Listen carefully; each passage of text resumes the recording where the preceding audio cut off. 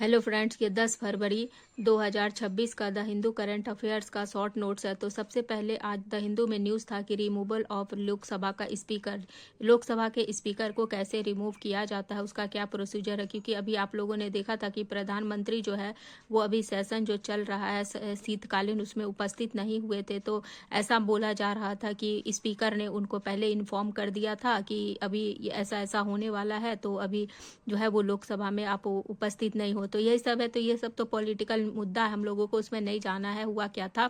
मतलब अभी यही बात चल रहा है विपक्ष के द्वारा कि उनको जो है रिमूवल करना है। तो रिमूवल का प्रस्ताव तो आर्टिकल 93 में जो है अध्यक्ष और उपाध्यक्ष को हटाने का जो है वो प्रस्ताव है लाया जाता है। तो क्या क्या प्रोसीजर है, तो वही हम लोग देखेंगे कि 3 कंडीशन होता है हटाने के लिए। पहला कंडीशन में क्या होता है, लोकसभा का जो है वो उनका सदस्यता खत्म कर दिया जाए तो वो मतलब हट जाते हैं। दूसरा है कि आपसे क्वेश्चन में यही पूछा जाएगा कि क्या क्या परिस्थितियां होती है। तो तीनों परिस्थितियां का नाम दिया रहेगा कि लोकसभा का सदस्यता खत्म हो जाता है, रिजाइन दे देते हैं अगर डिप्टी स्पीकर को, मतलब उपाध्यक्ष को अगर वो रिजाइन दे देते हैं, ठीक है, स्पीकर अगर रिजाइन दे देते हैं तो। और दूसरा है कि प्रस्ताव पारित हो जाता है लोकसभा में सभी सदस्यों के द्वारा। इस पर पहले जो है PYQ में क्वेश्चन बना हुआ है, तो मैं भी अब दिखाऊंगी कि कैसे किस तरह से क्वेश्चन बना था, क्वेश्चन भी दिखाऊंगी। उसके बाद जो है प्रस्ताव लाने से पहले 14 दिन पहले जो है वो नोटिस देना पड़ता है। जैसे कि स्पीकर है तो उनको 14 दिन पहले नोटिस देना पड़ेगा कि आपके खिलाफ जो है वो प्रस्ताव लाया जा रहा है। उसके बाद प्रस्ताव जब लाया जाता है तो 50 लोगों का जो समर्थन होना चाहिए, सहमति होना चाहिए, ठीक है। ये उनके खिलाफ जो है इस तरह का प्रस्ताव लाया जा रहा है, प्रस्ताव के खिलाफ ही, मतलब प्रस्ताव के सपोर्ट में 50 लोगों का समर्थन होना चाहिए। उसके बाद क्या होता है कि सदन में जो है अध्यक्ष का जब उनका मतलब लोकसभा में जब उनका प्रस्ताव जो है विचाराधीन हो जाता है, मतलब लाया जाता है प्रस्ताव और चल रहा होता है, तो उस समय अध्यक्ष जो है वो अध्यक्षता नहीं करते हैं, दूसरा कोई अध्यक्षता करेगा, ठीक है। कोई यहाँ पर बैठेगा, अध्यक्षता करेगा, और इधर सब मतलब ये जो अध्यक्ष होते हैं, स्पीकर होते हैं, वो वहाँ पे उपस्थित होते हैं, लेकिन बोल नहीं सकते हैं, वोट नहीं कर सकते हैं, मतदान नहीं कर सकते हैं किसी तरह का, ठीक है, लेकिन वहाँ पे आ सकते हैं, लेकिन अध्यक्षता नहीं कर सकते हैं जब इस तरह का मतलब खिलाफ प्रस्ताव उनका चल रहा होता है उस पीरियड में, ठीक है। और उसके बाद कार्यवाही में भाग ले सकते हैं, प्रस्तुत हो सकते हैं, बैठ सकते हैं। तो स्टेटमेंट में आपका यही सब रहेगा कि कार्यवाही में भाग ले सकते हैं कि नहीं, बैठ सकते हैं कि नहीं, प्रस्तुत होते, यही सब वर्ड रहेगा। जो वर्ड रहेगा वही कीवर्ड मैंने यहाँ पे लिखा है, ठीक है। उसके बाद है फर्स्ट इंस्टांस। फर्स्ट इंस्टांस मतलब पहले तो अगर उनके खिलाफ जब वोटिंग हो जाता है तो पहले वोटिंग है तो वोट वो दे सकते हैं, फर्स्ट इंस्टांस में वोट दे सकते हैं। लेकिन जब निर्णायक मत होता है, मतलब कास्टिंग वोट होता है, मान लीजिए एक पक्ष है और विपक्ष है, तो इसका भी 10 वोट, इसका भी वोट, दोनों का बराबर हो जाता है, तो कास्टिंग वोट वो अब उन्हीं के खिलाफ मामला चल रहा है, तो अपने खिलाफ तो वो कास्टिंग वोट ये श्योर है कि नहीं दे सकते हैं, तो कास्टिंग वोट वो नहीं दे सकते हैं। अगर समानता का स्थिति हो जाता है तो वोट वो नहीं दे सकते हैं, ठीक है, समानता का स्थिति में वो वोट नहीं दे सकते हैं। उसके बाद उनके खिलाफ जो प्रस्ताव है वो लाया जाता है, तो उसको कैसे पास किया जाता है, प्रभावी बहुमत, इस वर्ड को याद रखिएगा, ठीक है। एक होता है सामान्य बहुमत, ठीक है, और एक होता है प्रभावी बहुमत। तो प्रभावी बहुमत याद रखिएगा कि इफेक्टिव मेजोरिटी से क्या होता है, जैसे मान लीजिए कि क्या होता है कि 200 सदस्य हैं, ठीक है, लोकसभा में 200 सदस्य हैं, तो 200 सदस्य में से मान लीजिए कि मतलब कि 20 सदस्य जो है मान लीजिए कि उपस्थित नहीं है, एब्सेंट है, मतलब टोटल सीट 200 का है, लेकिन 200 में से 20 लोग नहीं उपस्थित है, तो कितना उपस्थित हुए, 180 उपस्थित हुए। तो उपस्थित सदस्यों का 50% से ज़्यादा, मतलब 18 ऐसे 90 लोग हुए, 2 से डिवाइड करेंगे तो 90 हुआ, और 90 + 1 मतलब 90, आधा से ज़्यादा अधिक होना चाहिए। तो 90 + 91 लोगों का वोट जो है इनको मिलना चाहिए, तब जाके प्रस्ताव जो है वो लाया जाता है, ठीक है। तो यही है। उसके बाद सदन की कुल सदस्यता का 50% से अधिक होना चाहिए कि बहुमत से जो है वो प्रस्ताव पारित हो जाता है, समझ रहे हैं, यही है। तो जो मैंने आपको समझाया, मतलब प्रभावी बहुमत यही होता है कि जैसे कि 200 सदस्य है, तो 200 में 200 पूरा सीट जो है लोगों का 200 ऐसे ऐसे करके 200 लोगों का सीट है, तो सब तो उपस्थित सब समय नहीं रहते, कुछ लोग बीमार होंगे किसी और कारण से, तो सारे लोग उपस्थित नहीं होते हैं। तो उपस्थित सदस्यों का आधे से अधिक बहुमत जितना होता है, आधे से ज़्यादा, ठीक है। तो आधा कितना हुआ, 90, उपस्थित हुए 180, उसका 90, तो इस तरह जो मैंने समझाया, तो उपस्थित का आधा से अधिक। अब मैं इसका क्वेश्चन दिखा देती हूँ कि किस किस तरह से इसका क्वेश्चन बना है। देखिए पहले क्वेश्चन पूछा गया लोकसभा के अध्यक्ष को हटाया जाता है तो क्या क्या ऑप्शन है। लोकसभा के कुल सदस्यों के बहुमत द्वारा पारित प्रस्ताव, तो कुल सदस्यों के बहुमत, सदस्यों का बहुमत होना चाहिए, ठीक है, पारित प्रस्ताव से हटाया जाता है। पहला क्वेश्चन ये हुआ। दूसरा क्वेश्चन देखिए यहाँ पे है कि स्पीकर के पद के विषय में निम्नलिखित कथनों पर कौन सा सही है। तो वह राष्ट्रपति के प्रसाद पर्यंत पद धारण करता है, ये सही है? नहीं, क्योंकि राष्ट्रपति के प्रसाद पर्यंत वो पद नहीं धारण करते हैं। यह आवश्यक नहीं कि अपना निर्वाचन के समय वह सदन का सदस्य हो, परंतु उसे अपना निर्वाचन के बाद 6 माह के भीतर सदन का सदस्य हो जाना चाहिए। स्टेटमेंट सही है? नहीं, ये भी नहीं सही है। यदि सामान्य अवधि से पूर्व सदन को भंग कर दिया जाए तो उसे अपना पद छोड़ना पड़ता है, नहीं, ये भी नहीं सही है। वह त्यागपत्र देना चाहे तो अपना त्यागपत्र किसको संबोधित करता है? उपाध्यक्ष को। ये 1993 में IAS में पूछा गया था कि किसको देता है त्यागपत्र। अब इसका डिटेलिंग देखिए क्या लिखा हुआ है कि लोकसभा का अध्यक्ष को लोकसभा के सदस्यों के द्वारा अपने बीच से ही किसी सदस्य में से चुना जाता है। तो अपना मतलब जो लोकसभा का सदस्य हो उसी में से चुना जाता है। साथ ही लोकसभा के सदस्य ही प्रस्ताव पारित करके उसे हटा सकते हैं। लोकसभा के राष्ट्रपति के प्रसाद पर्यंत पहला स्टेटमेंट गलत हो गया। 94 ख के तहत जब वह त्यागपत्र देता है तो अपना त्यागपत्र लोकसभा के किसको देता है? उपाध्यक्ष को त्यागपत्र देता है। और 94 के द्वितीय परंतु जब कभी लोकसभा का विघटन किया जाता है तो भी लोकसभा के प्रथम अधिवेशन के ठीक पहले तक अध्यक्ष पद पर ही बना रहता है, पद के रिक्त नहीं करेगा। मतलब जब तक नया लोकसभा के जो प्रथम अधिवेशन है उसके पहले तक अध्यक्ष अपने पद पर रहता है। तो तीनों स्टेटमेंट का क्लैरिफिकेशन यहाँ पे दे दिया। और एक क्वेश्चन और देखिए कि लोकसभा के अध्यक्ष को कैसे हटाया जा सकता है। तो इस तरह से ऑप्शन है कि लोकसभा के सभी सदस्यों के बहुमत से सभी सदस्यों के बहुमत से पारित संकल्प के द्वारा। और भी क्या क्या ऑप्शन है देखिए। तो संकल्प जो है तब प्रस्तावित किया नहीं जा सकता जब तक कि कम से कम 14 दिन पूर्व हो। तो मैंने सब उसमें लिख दिया है, तो आप देख लीजिएगा, उसी से मतलब क्वेश्चन बनता है, ठीक है। तो इस तरह से क्वेश्चन आता है।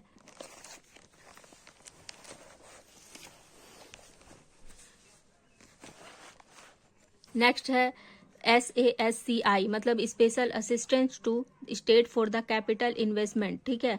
तो ये क्या है, मतलब कि क्या होता है ना कि सेंट्रल गवर्नमेंट जो है स्टेट को और यूनियन टेरिटरी को पैसा देती है, ठीक है, दीर्घकाल के लिए। पैसा क्यों देती है? ताकि वो अपने जो है असेट क्रिएशन पे जो है वो इन्वेस्ट कर सके 50 साल के लिए। तो दीर्घकालीन के लिए पैसा देती है और कोई इंटरेस्ट भी नहीं लेती है, इतना मतलब जो है इंटरेस्ट फ्री लोन देती है, ठीक है।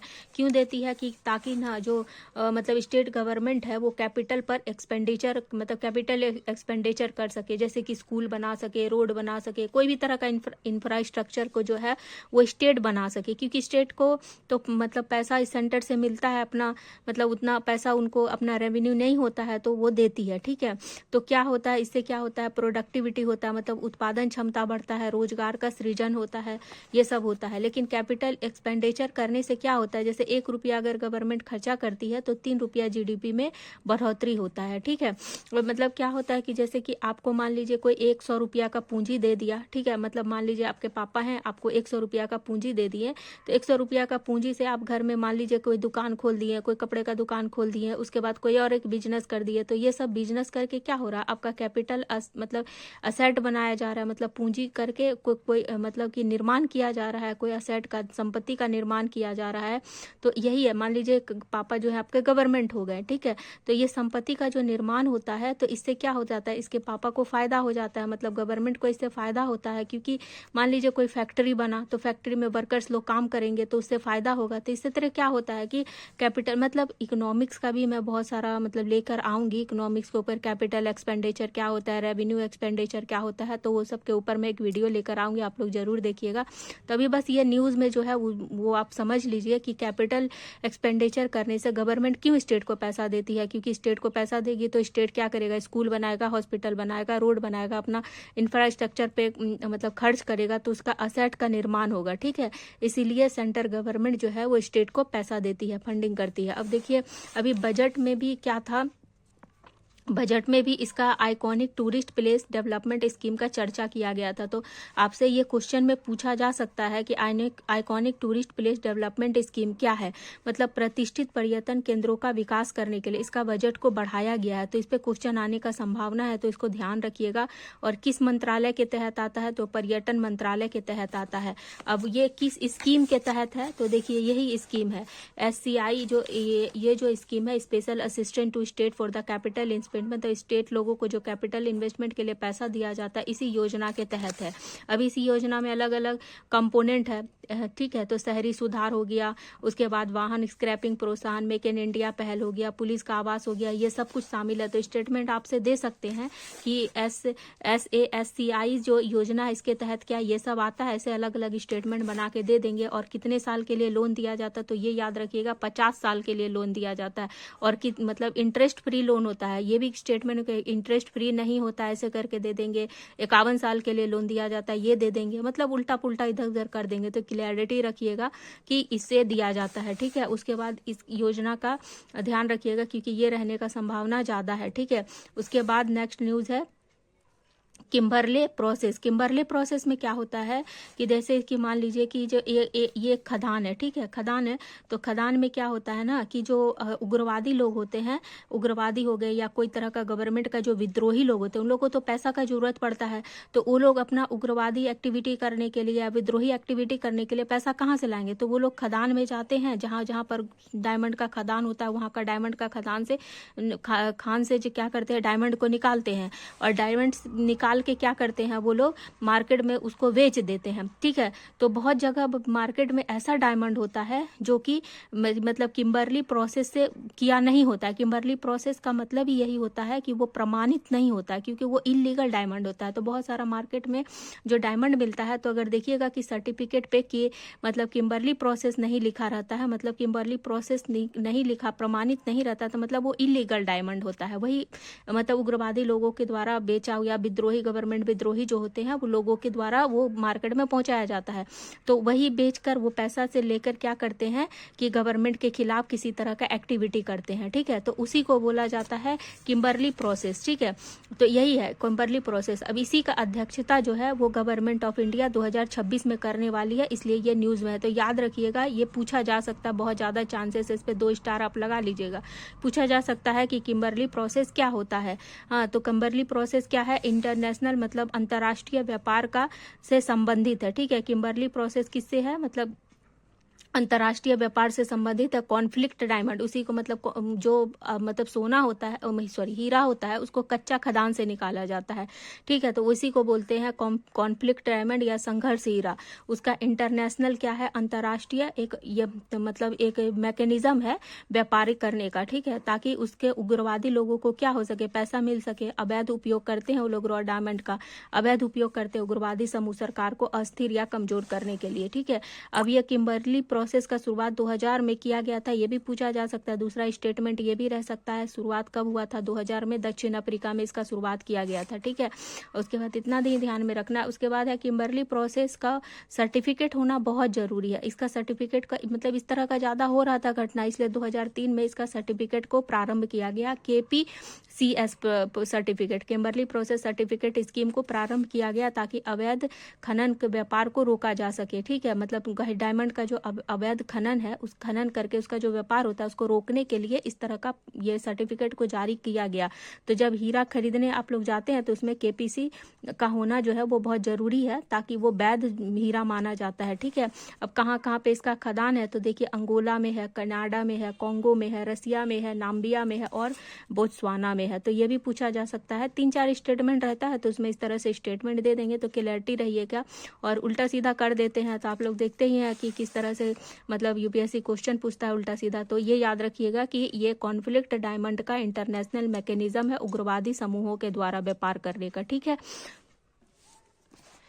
नेक्स्ट न्यूज फॉर्म 7 से है। तो फॉर्म 7 जो है वो कब लाया जाता है, मतलब कोई भी वोटर लिस्ट है तो वोटर लिस्ट में से उस कोई भी आदमी लोगों का जो नाम अगर काटना है तो उसके लिए फॉर्म 7 को जो है वो फॉर्म 7 भरा जाता है। ठीक है, इसीलिए फॉर्म 7, मान लीजिए अगर आपको वोटर लिस्ट में से अपना नाम कटवाना है तो फॉर्म 7 भर के आप दे दीजिएगा। ठीक है, तो उसके बाद आपका नाम वोटर ID से कट जाएगा। ठीक है, तो यही है कब कब और कौन कौन सा कारण से, मान लीजिए कोई आदमी मर गया, उसका वोटर ID लिस्ट से नाम हटाना है तो उसके लिए फॉर्म 7 भरा जाता है।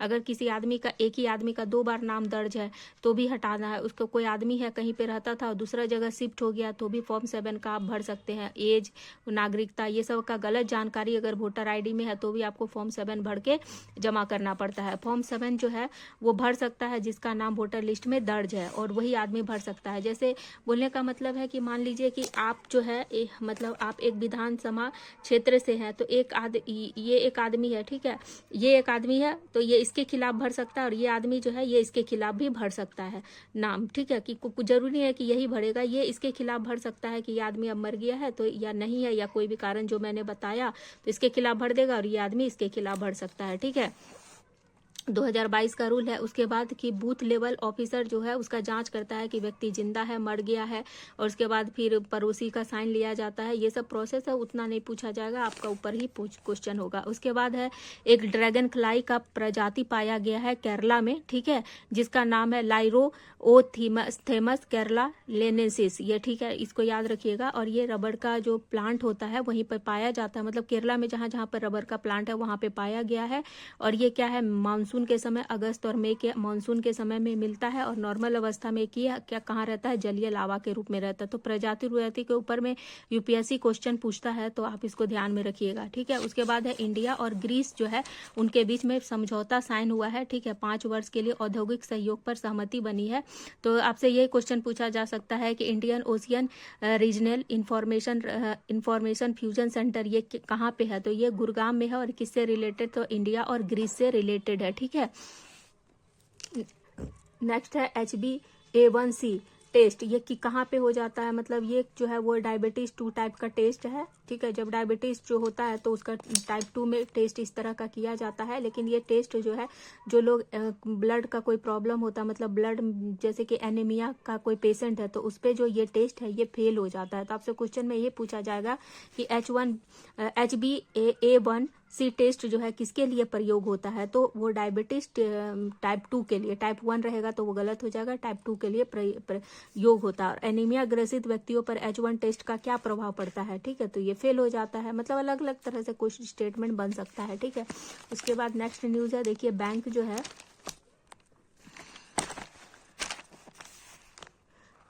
है वो लोन देगी। ठीक है, MSME को लोन देगी। ठीक है, और कोलेट्रल फ्री, मतलब कोई भी तरह का जमानत या गिरवी नहीं लेगी और 20 लाख तक का लोन देगी। ठीक है, ये कौन से योजना, देखिए ये भी बजट में हुआ था तो ये भी क्वेश्चन आने का बहुत संभावना है कि प्रधानमंत्री और MSME तो बहुत इंपॉर्टेंट है, तो इस पर थोड़ा आप स्टार लगा लीजिएगा क्योंकि इसका आने का संभावना ज्यादा है।